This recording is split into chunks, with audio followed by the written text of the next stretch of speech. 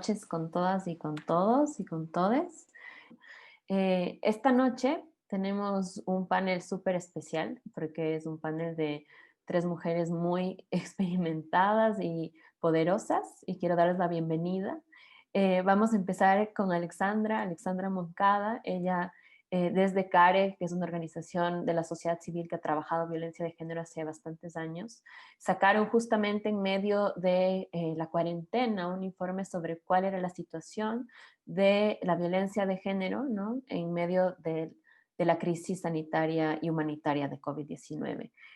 Alexandra, quisiera que nos puedas contar cuáles han sido tus reacciones con respecto al cortometraje y la película y un poco sobre cuál es la situación actual que estamos viviendo las mujeres y personas disidentes del género en el Ecuador.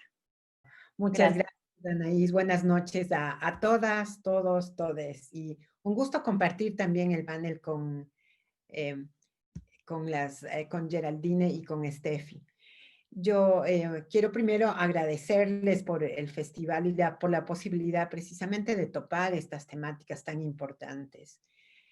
Como tú bien comentabas, durante la pandemia, CARE, conjuntamente con ONU Mujeres, sacó un primer reporte de la situación de género, de las dinámicas de género, y el mes pasado sacamos otro nuevo estudio que recoge también la información sobre la situación de niñas y adolescentes básicamente en el Ecuador. Así, en breves rasgos, yo quisiera decir sobre todo que las películas que vimos ahora, tanto el corto como la película, muestran significativamente la situación que viven millones de mujeres en nuestra América Latina y que se ha visto exacerbada precisamente por las condiciones de la pandemia. Algunos datos muy importantes, ¿no? Las estimaciones, por ejemplo, de la Organización Internacional del Trabajo, estima que en el Ecuador habrá cerca de 600,000 personas que han perdido sus medios de vida, su empleo, ya durante los meses que han pasado de la pandemia, y estas cifras se van a incrementar más. Eso ha generado, sobre todo, dificultades e incremento de los roles tradicionales asignados a las mujeres.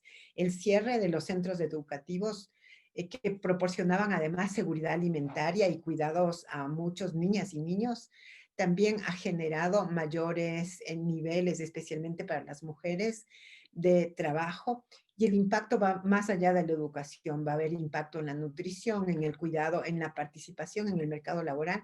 Muchas mujeres han tenido que tomar la decisión de abandonar sus trabajos para poder dedicarse a las tareas de cuidado.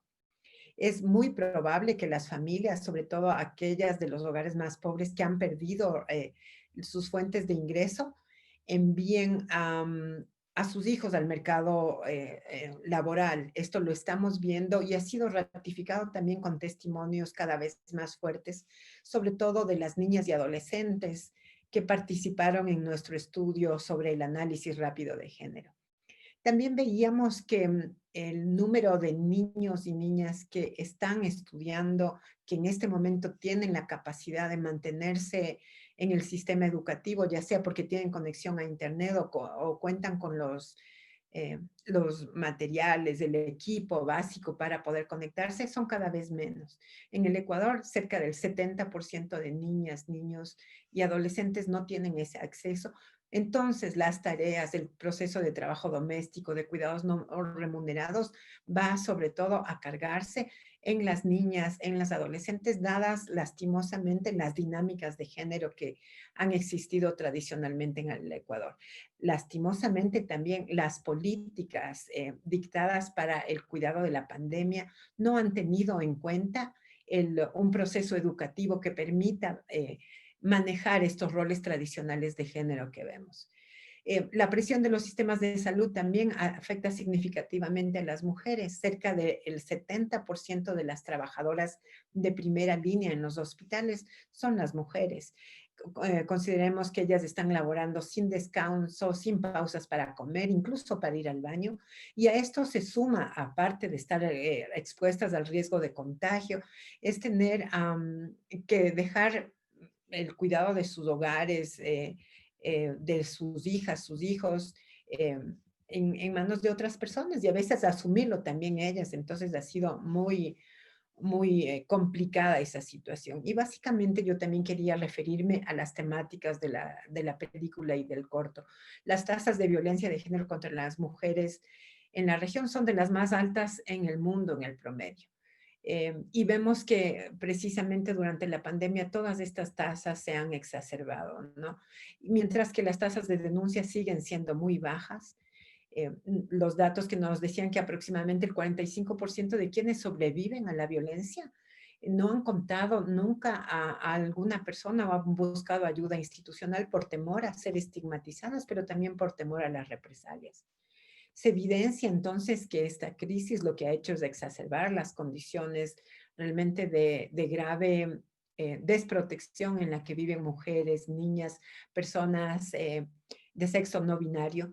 El impacto además que han sufrido los servicios que brindan atención a la violencia de género y que en el Ecuador, debemos recalcar, están todos ellos sobre las espaldas de las organizaciones de sociedad civil.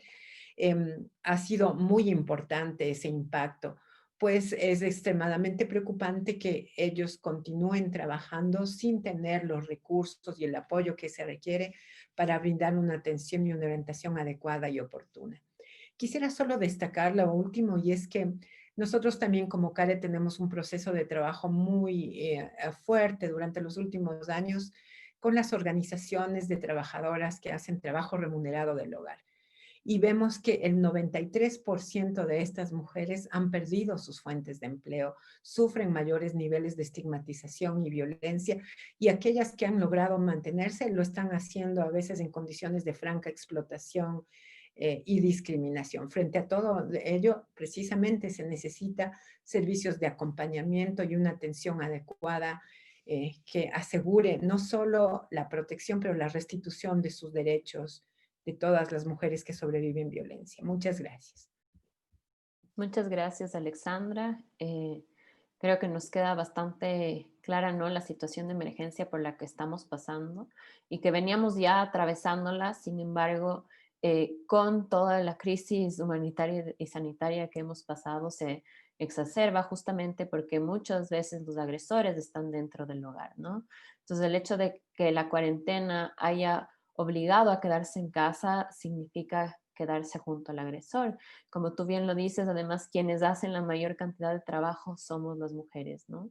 Dentro de esto, quisiera primero leer un comentario que tenemos del público, que dice: qué importante película, línea 137, para entender la labor de quienes acompañan a víctimas de violencia. Gracias por presentarla. Y justamente dentro de este sentido, quisiera que podamos hablar con Geraldina. Gerald es la coordinadora de la Red Nacional de Casas de Acogida y como lo que decía Alexandra, ¿no?, quienes dieron respuesta durante la crisis, durante el momento de cuarentena, pero además cuando nadie sabía mucho qué hacer, fueron las organizaciones de la sociedad civil.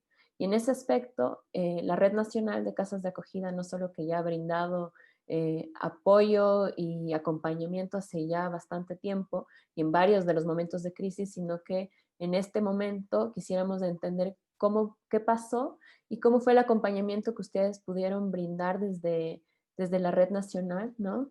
Y un poco centrarnos hacia cómo funciona el círculo de violencia, ¿no? En línea 137 vemos que el círculo de violencia es fuerte, vemos además a los funcionarios que hay momentos en los cuales se cansan, ¿no? Sin embargo, siempre están como dándose aliento porque el juzgar a una mujer víctima es no permitirle que pueda ser sobreviviente, ¿no? Es justamente el cuestionamiento a eso lo que hacen las personas que acompañan violencia. Entonces, desde allí quisiera, Gerald, poder escuchar tus reacciones con respecto a la película y también sobre tu experiencia, ¿no?, como desde la Red Nacional de Casas de Acogida. Bueno, buenas noches. Muchas gracias por la invitación y un placer estar aquí con ustedes en el Festival X Virtual. Sí, las dos películas, la película y el corto que acabamos de ver, lo que más me gustó, digamos, y me tocó el corazón, así es el tema de los vínculos, ¿no? Y el entender que las redes tienen que ver con los vínculos. La atención y los servicios de protección a mujeres víctimas de violencia se basan en eso, en generar vínculos, ¿no? Y en las dos En las dos puestas en escena que vimos, lo que estamos viendo es cómo generar esos vínculos, cómo acompañar, cómo generar una empatía y una confianza, ¿no? Entonces, lo primero es destacar, así como dice el comentario que comentaste, Anaís, destacar la labor que se ha hecho durante todos estos 8 meses, desde marzo hasta este momento, y ininterrumpidamente los 7 días de la semana. Yo estaba poniendo el ejemplo, ¿no? Imaginen ustedes Guayaquil en abril, cuando nosotros veíamos por televisión la emergencia que vivía la ciudad. Bueno, las compañeras en Guayaquil tenían que atravesar la ciudad para llegar a la casa de acogida, ¿no? O en el Coca, donde no había nada de transporte, no había, todo estaba cerrado, las compañeras tenían que caminar para llegar a la casa de acogida y hacer unos turnos de hasta 2, 3 días, porque si no, no podían salir, no había manera de movilizarse, ¿no? Y así como fueron dando respuesta, y son esas personas, son quienes acompañan a las víctimas, ¿no? Entonces, para mí las dos películas que acabamos de ver fueron muy importantes. Perdón un ratito, disculpen.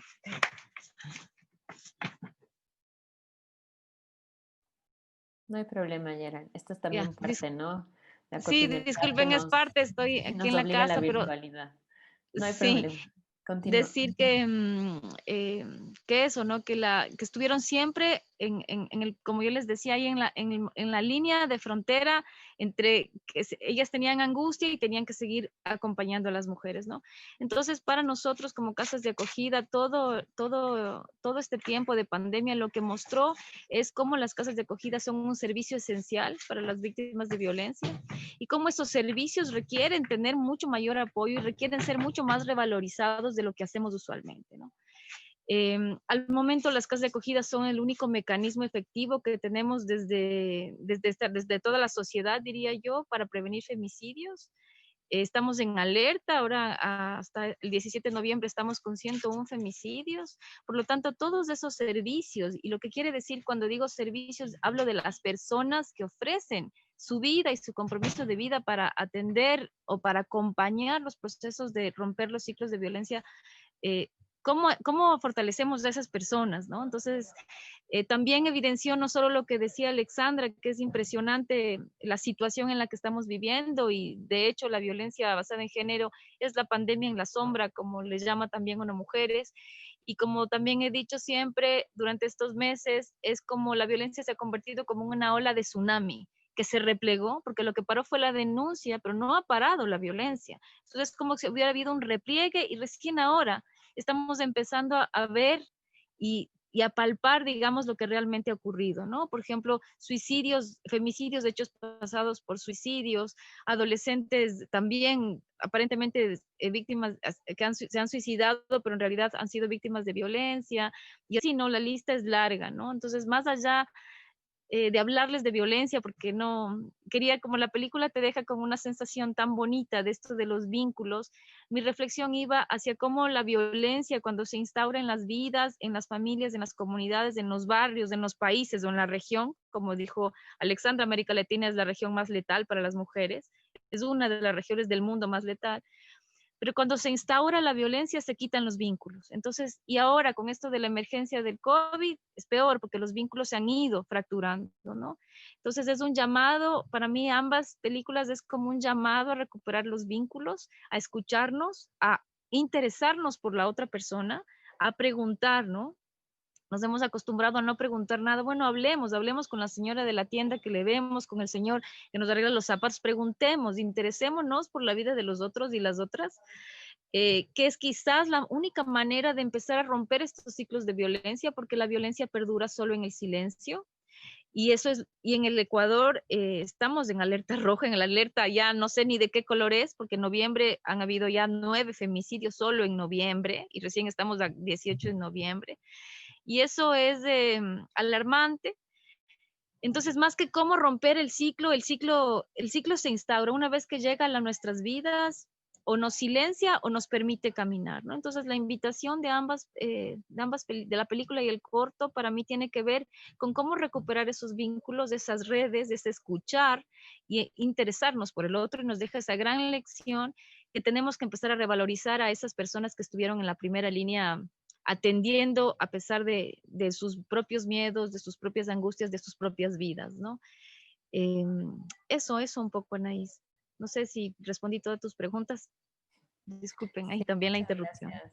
No, muchas gracias, Gerald. Creo que ha quedado bastante claro como cuál ha sido esa respuesta, ¿no?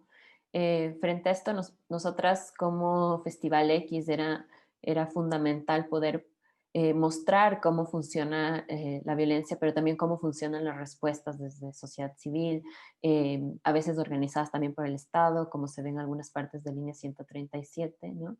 Pero además, con el corto de Te quiero Alejandra, mostrar esa complicidad que se teje en el acompañamiento, ¿no? Y el acompañamiento como una estrategia política. Por eso esta noche está con nosotras Estefi Altamirano, de la red de acompañantes en aborto Las Comadres. Creo que son las personas sumamente indicadas y una de las personas más indicadas para poder hablarnos sobre este lugar político que se pone el acompañar, el tejer vínculos, el tejer complicidades. Entonces, Estefi, quisiera darte paso preguntándote cómo qué es el acompañamiento, ¿no? Para todas esas personas que nos están escuchando, qué significa el acompañamiento desde este lugar político, feminista, y cuáles fueron tus reacciones alrededor del cortometraje Te quiero Alejandra y también de la película, ¿no? De Línea 137. Muchas gracias, Anaís, y a todas las personas que hacen posible este festival. Qué bueno que sí se dio este año a pesar de la adversidad y de la virtualidad. Creo que siempre poder comunicarnos desde el cine, desde lo visual y desde los otros lenguajes es como un respiro en medio de esta pandemia. Entonces, muchas gracias por eso. Y bueno, o sea, la película es súper, o sea, te mueve un montón de cosas, ¿no es cierto? Y creo que el corto es, en cambio, así como, como un, sí, como un suspiro más bien.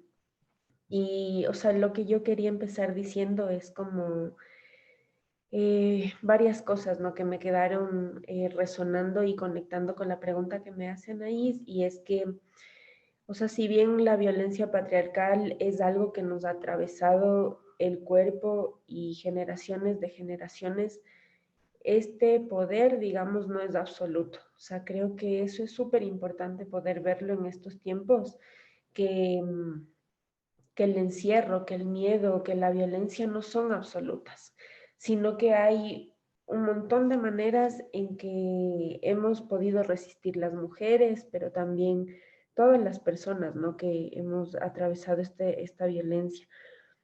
Y creo que eso es muy importante porque ahí es en donde yo quisiera situar al acompañamiento, ¿no? Como justamente eso que escapa a esta placa de poder que parece ser absoluta, de la que nadie puede escapar, de la que nadie puede hacer nada. Justamente creo que eso es ahí cuando nos sentimos así, es en donde hay que regresar la mirada hacia adentro, pero también a los lados, ¿no? También hacia lo colectivo.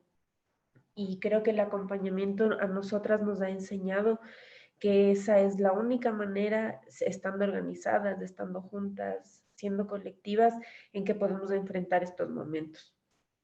Entonces, yo quería hablar de que acompañar y hablar de qué significa acompañar de alguna manera ayuda a reparar la violencia que hemos vivido. ¿Y por qué lo digo? Porque creo que cuando decimos, por ejemplo, que el aborto puede ser acompañado, que el aborto puede ser feminista, que el aborto puede ser cuidado, eh, estamos mandando un mensaje directo hacia aquellas mujeres que vivieron sus procesos en soledad y y que así podemos repararnos juntas. O sea, la experiencia de las otras nos ayuda a pensar que entonces la soledad no es el destino, por ejemplo, del aborto. La muerte no es el destino del aborto, la muerte no es el destino de las mujeres, por ejemplo. Creo que el acompañamiento te muestra que hay otras vías, que hay otras posibilidades. Y por eso es que creo que acompañar es una manera de reparación. Además, me quedo, ¿no es cierto?, con cosas, con frasecitas que salían, ¿no es cierto? Por ejemplo, cuando en la película Línea 137, una de las mujeres está pasando por mucho dolor y, por ejemplo, le dice, ¿me das la mano? Le pregunta, ¿no es cierto?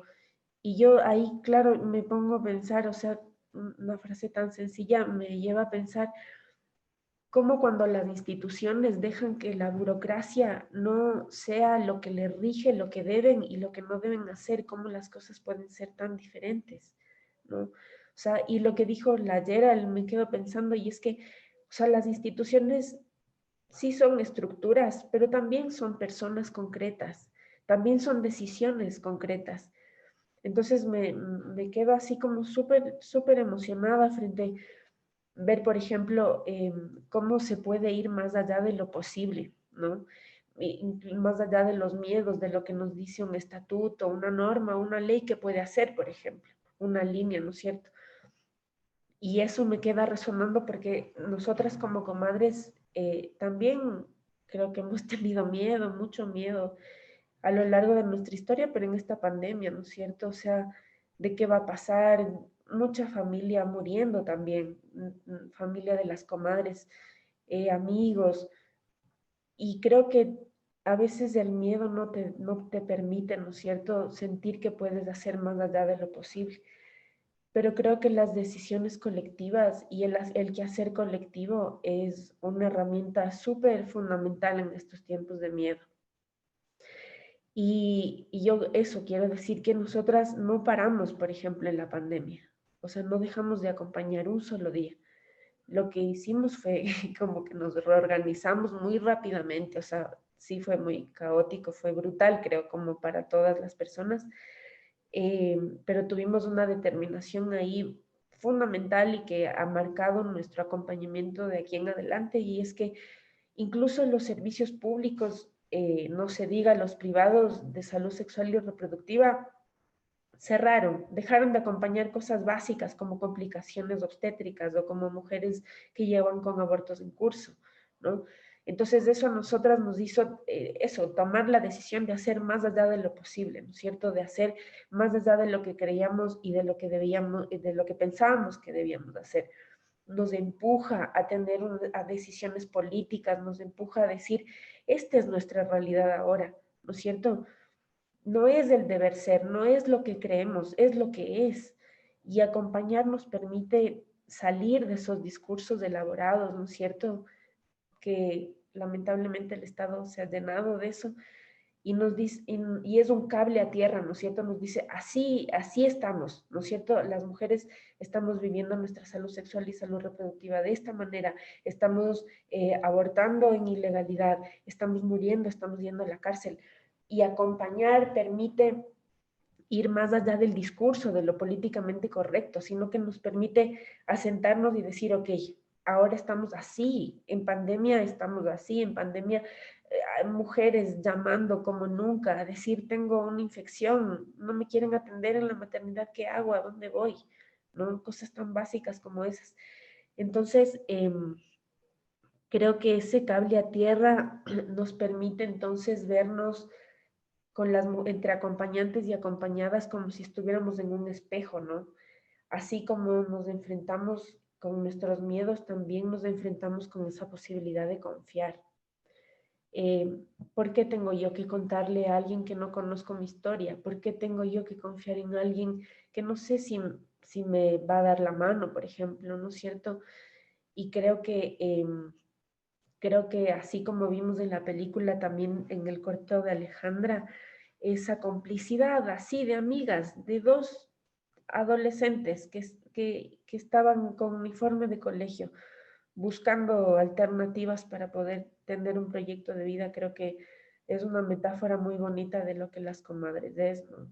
Y de esa camaradería muy sencillita, ¿no? De esa camaradería de yo estoy aquí, te escucho y tú también me escuchas, aprendemos juntas, caminamos juntas y abortamos juntas, ¿no? Em, creo que eso. Muchas gracias, Steffi. Hay algo en línea 137 que se denota, ¿no? El tratamiento de una directora que tiene un enfoque feminista y es la posibilidad de mostrar estas alianzas, pero además de no mostrar las identidades a quienes está documentando, ¿no? Hay un respeto dentro de las imágenes y de lo que se está contando con quienes son víctimas y con quienes deciden contar su historia. En función de esto puede haber como una idea no tan clara de quiénes son las mujeres que viven violencia. Y frente a esto quisiera preguntarte, Alexandra, para también ir finalizando con cada una, eh, ¿quiénes son estas mujeres que viven y sufren violencia en el Ecuador? Y quitémonos como los estereotipos de que solo les pasa a unas o a otras, y la posibilidad de entender mejor como cuál es la situación desde las organizaciones de la sociedad civil para poder seguir haciendo y sosteniendo estos procesos, ¿no? De denuncia, de exigencia y sobre todo tan necesarios de servicios. Muchas gracias, Anaís. Yo quisiera decir que la violencia de género nos afecta a todas. No existe, como tú muy bien lo has dicho, no existe un prototipo de mujer por su condición social, su pertenencia étnica, la situación migratoria, lo que fuera, que tiene una especial, digamos, riesgo o exposición a la violencia. Lastimosamente, las dinámicas de género en nuestro país han mostrado que la violencia nos afecta a todas las mujeres, afecta a los cuerpos femeninos, a los cuerpos feminizados, independientemente también de su edad, quisiera decirlo.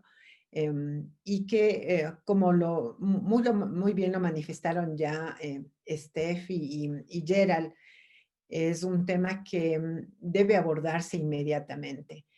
Yo quisiera sobre todo destacar, a mí me parece que es muy importante que en el Ecuador sean las organizaciones de sociedad civil quienes no han dejado de trabajar, lo han dicho, lo comentaron ya Gerald y Steffi, de la manera que lo han hecho con este ejemplo, con este compromiso, esa militancia feminista para brindar un proceso de acompañamiento a quienes sobreviven a la violencia.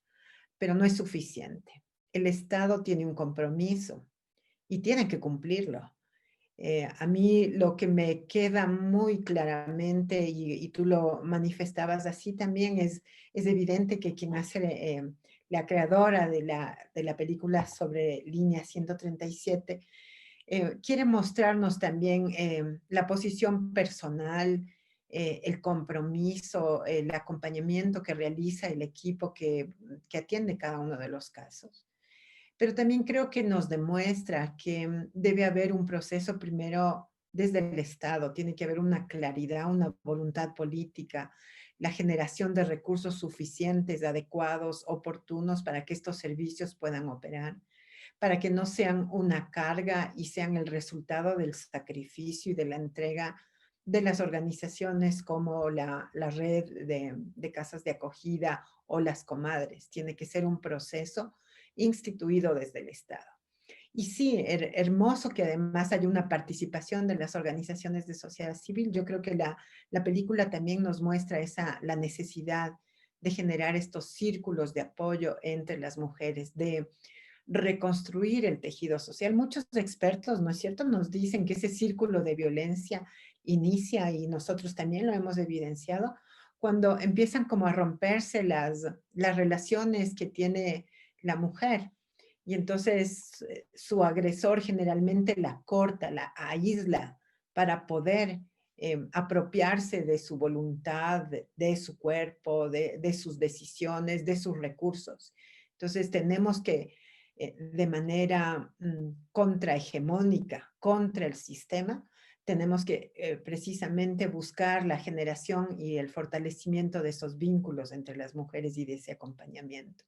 Y yo veo que sí, un servicio pagado por el Estado, cubierto por el Estado, muy bien, pero tiene que tener también la incorporación de la mirada y el proceso de legitimación, perdón, de la sociedad civil, en el sentido tanto de las metodologías, de la capacidad de trabajo, también la veeduría sobre cómo estos recursos se deben utilizar. Creo que para mí el mensaje sobre todo de Línea 137 es traigamos ese servicio a nuestros países también, hagamos que esto opere, pongamos al Estado responsable de que esto opere en términos de recursos y démosle además la enorme experiencia, la capacidad, el profesionalismo, el compromiso, el cariño y la entrega que han puesto las organizaciones de sociedad civil para que sea un servicio de calidad. Eso lo veo desde mi lado. Muchas gracias, Alexandra. Súper claro. Con esto quisiera pasar a Yera. Habíamos hablado, ¿no es cierto? Y lo mencionó Steffi sobre el miedo, ¿no? Quisiera preguntarte, Yera, cómo desde este lugar de la Red Nacional de Casas de Acogida que están por todo el país, ustedes se han quitado el miedo y cómo han roto el silencio para poder seguir no solamente dando un servicio, sino apostándole a la vida de las mujeres. Bueno, antes que nada yo quería decir también que concuerdo con Alexandra cuando habla de que el garante de derechos aquí es el Estado, ¿no? Y eso tenemos que tener claro, ¿no? Las organizaciones de la sociedad civil no somos las garantes de los derechos, sino que es el Estado. Y son los estados con sus gobiernos quienes tienen que garantizar el acceso a los servicios, tanto de protección, de atención y sobre todo de prevención, ¿no? Y eso es importante porque ningún servicio, ni las casas de acogida, puede sobrevivir solo. Por ejemplo, en el caso de las casas de acogida es imposible. Necesitamos de ley hacer puente de diálogo y de trabajo conjunto con las organizaciones estatales, porque la violencia no es un tema que nos afecta solo a una parte de la vida. La violencia afecta a toda la integralidad de la vida de una persona. Por lo tanto, se requiere atención en salud, atención en educación, atención en vivienda, atención en autonomía económica, entonces atención psicosocial, atención legal. Entonces, si lo vemos desde ese punto de vista y entendemos que es un fenómeno multidimensional, multicausal, que requiere muchas respuestas, no una respuesta, y en donde el trabajo de las casas de acogida es una gota en el mar. Por lo tanto, no se va a resolver solo con el trabajo de las casas o solo con el trabajo de un centro de atención, no. Requerimos aunar esfuerzos entre todos los actores sociales y estar comprometidos realmente con la erradicación y la atención a víctimas de violencia. Concuerdo también, y te voy a tomar las palabras, Alexandra, la voluntad política y la política pública realmente se expresa en presupuestos suficientes.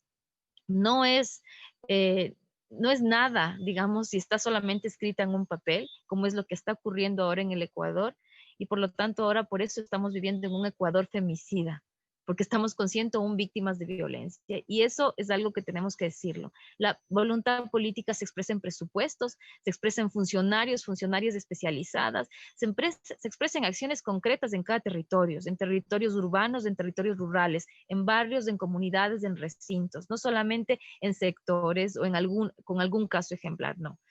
Y eso es importante decirlo porque ahí se enmarca lo que me estás preguntando, Anaís, cómo rompemos el miedo. Y rompemos el miedo por la valentía de las propias mujeres que llegan, y ese es también el ejemplo que nos da Ruta 137, el momento de pedir ayuda, el momento de pedir, puedo tomar la mano y contar la historia, como decía Steffi, ya nos da ese ejemplo de voluntad de salir y de romper un ciclo de violencia y de cambiar y renovar el proyecto de vida y de reiniciar la vida desde otra perspectiva. Y ese creo que es lo que da la fuerza a las compañeras que trabajan en las casas de acogida para seguir.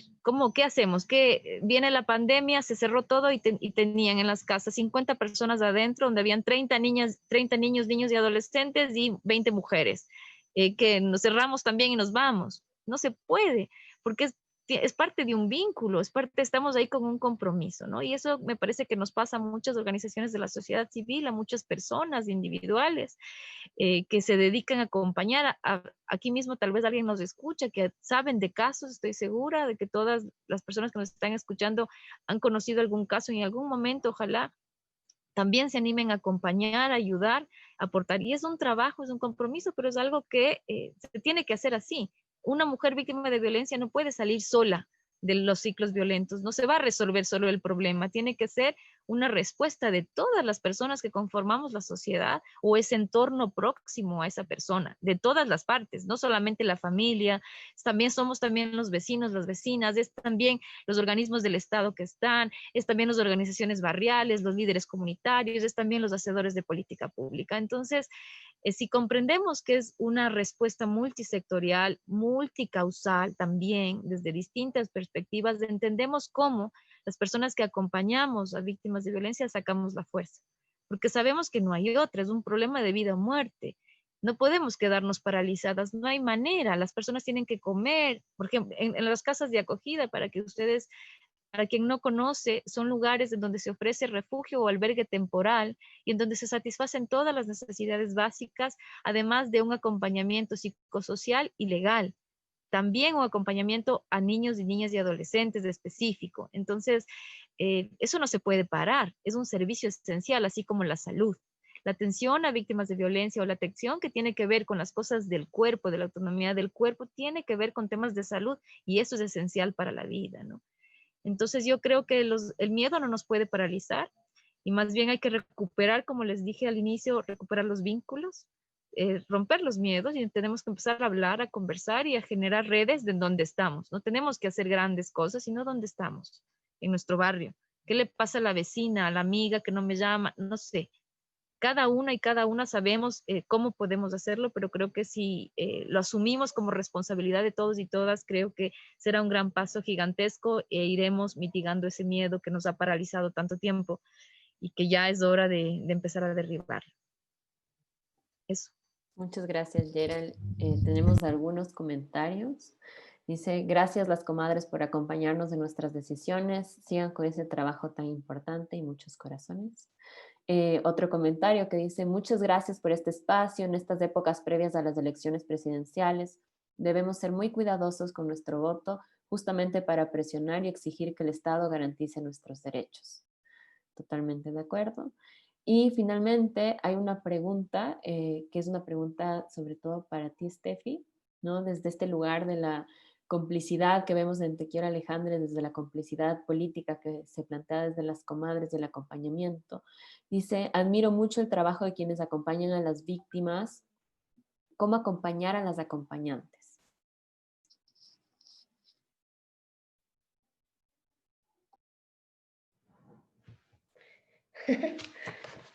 Difícil la pregunta.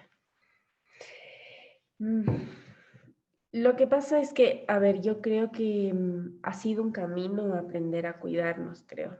Hemos tenido algunos debates sobre poder cambiar este concepto del autocuidado por otro que creemos que es un poco más fiel a lo que creemos y es el cuidado colectivo. O sea, creo que hemos comprendido que, o sea, que solas no se puede. O sea, no, nadie, o sea, una persona, dos personas no pueden hacerse cargo de todo. O sea, no solo que es algo que no se quiere, sino que no se puede. Y creo que eso ha costado, o sea, ha costado en la red poder aprender que necesitamos poder contar con la otra. Y creo que la pandemia nos puso en un plano tan personal, o sea, en un plano donde, claro, o sea, eso, ¿cómo enfrentas, por ejemplo, en reuniones colectivas, cuando tus compañeras de Guayaquil, la mitad te dice que perdieron a alguien, por ejemplo, ¿no? Entonces, o sea, ¿cómo enfrentar eso sin humanidad? O sea, sin sacarnos, ¿no? O sea, puestas de esa máscara de hierro que nos ha enseñado el patriarcado también, ¿no? A ponernos y a creer que esa es la única manera de hacer política. Y creo que la pandemia nos removió, ¿no? Esos lugares más sensibles y el enfrentarnos con la muerte también creo que es un aprendizaje importantísimo. Yo creo que trabajar en red es una forma también de cuidado colectivo. O sea, Gerald y Alexandra, perdón, han dicho ampliamente, ¿no es cierto?, por qué el Estado es el garante de derechos. Nosotras, por ejemplo, en el tema del aborto, creemos que es absolutamente necesario luchar por el aborto legal. O sea, sabemos que por más que seamos una red grande y sigamos creciendo, no vamos a llegar a todas las mujeres y por eso necesitamos que el Estado legalice el aborto.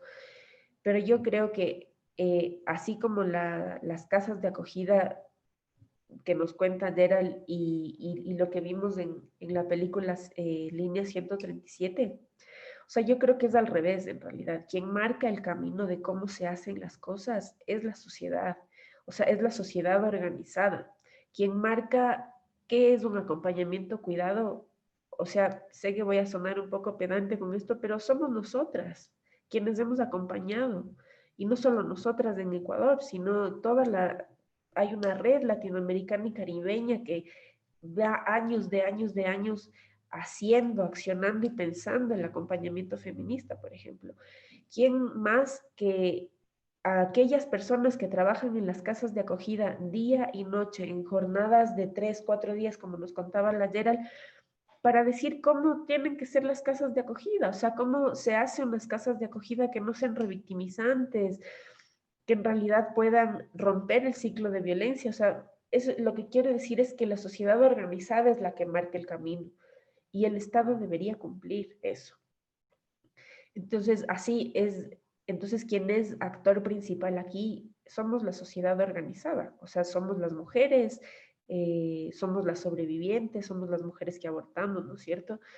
Quienes, quienes podemos como delinear esa política. Entonces, volviendo, lo que quería decir es que justamente poder no estar solas en este trabajo hace que también podamos estar cuidadas. O sea, ser parte de una red que también trabaja, por ejemplo, con parteras, con dulas, con médicos y médicas amigables, con centros, con maternidades públicas, con centros privados de salud sexual y salud reproductiva. O sea, esa red que permite que las mujeres accedan a procesos de aborto seguros, es también una manera de decir, bueno, o sea, no estamos solas, ¿no? No estamos solas y por eso podemos seguir acompañando. Creo que ahora tenemos espacios muy concretos que quisiera contar rapidito, es como a partir de la pandemia igual logramos establecer espacios que le llamamos de cuidado colectivo y acompañamiento, donde hablamos, ¿no?, de estas cosas, porque para nosotras las mujeres no son expedientes, no son números, no son fichas, son historias de vida que nos atraviesan, ¿no? Así toda, nos atraviesan toda, o sea, una historia es como un espejo. Y justamente para poder acompañar bien necesitamos hablar de eso, o sea, necesitamos procesar esas cosas que nos pasan. Entonces tenemos estos espacios concretos y eso, y creo que sobre todo pensar juntas, o sea, uno puede decir, ay, pero qué tanta reunión y no se llega a nada, no, sí se llega, o sea, juntas, organizadas, hemos logrado sostenernos, creo, y creo que es lo que nos muestra cualquier ejemplo de la sociedad y lo que las organizaciones feministas y las organizaciones en el mundo pueden hacer, ¿no? Y eso es importante para cuidarnos. Muchas gracias, Steffi. Les agradezco a todas. Creo que nos ha quedado muy claro y hemos vuelto un poco al lugar, ¿no?, que planteábamos desde la existencia de este foro, que era la posibilidad de decir no estás sola, ¿no? No estás sola, pero además no estamos solas y construimos en conjunto todas. Les agradezco mucho por haber compartido en este foro sus experiencias personales y desde ese lugar motivarnos a dejar el miedo atrás. Muchas gracias y buenas noches.